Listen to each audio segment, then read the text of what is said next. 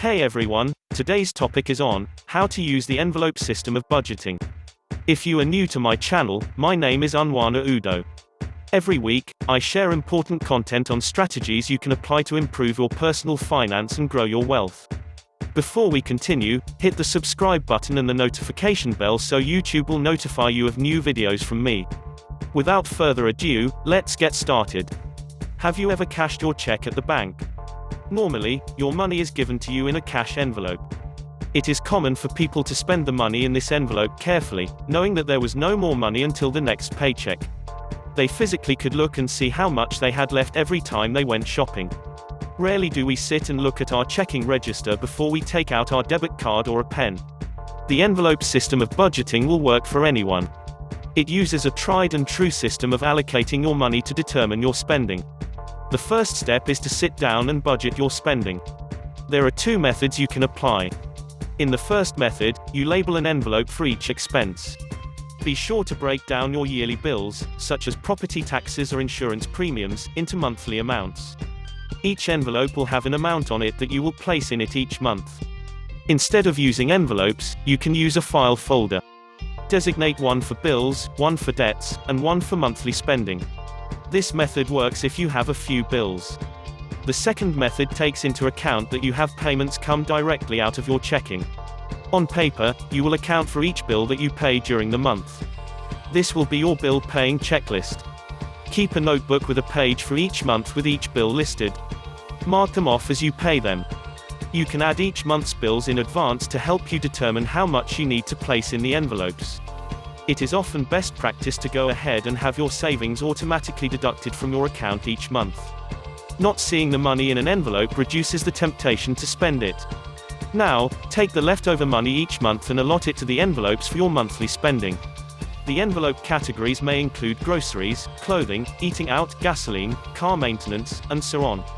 As an example, if you allot $100 a month to clothing, put $100 in cash in the clothing envelope. You can only spend what is in your envelope for clothing on clothing.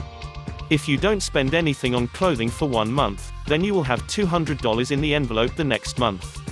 Once you've spent all of the money in the envelope, you are done with that category for the month. The cash you have is all you can spend. Don't write a check, don't use a debit card, and never use your credit card to buy luxuries. It could take a few weeks to get the process down, but you must stick with it.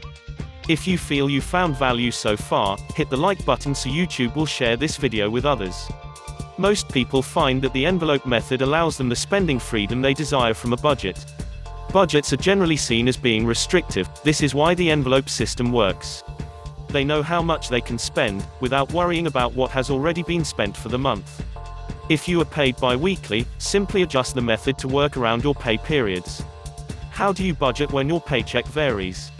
How do you decide how much you have for bills and expenses when your paycheck varies from one payday to the next? That's a question most people struggle with. A few occupations that come to mind that fall into this category are waitresses or waiters working for salary and tips, truck drivers that are paid by the mile, self-employed that their business income varies from season to season, and the list could go on. Trying to manage your finances with a steady income is hard enough, but when you never know what your paycheck will be seems almost impossible. An easy way to tackle this is to average your expenses such as your phone and electric bills that vary from month to month. The same principle can be used to average your income. The first step you need to take is to find records of your pay for as far back as you can. Ideally, you need to go back for at least 6 months. Next, you need to calculate the total amounts you were paid for the entire period. Then divide that by the number of months you have records for. This will give you your average monthly income. If you don't have any record of your previous pay, you may have to go to your human resources department to get the information. If there is no way to get this information, you should keep a log of how much you get paid and use this to develop your envelope budgeting system. Once you have determined your average monthly income, you will need to develop your budget. Here's an example. Based on your data, you determined that your monthly budget is $2,000 per month.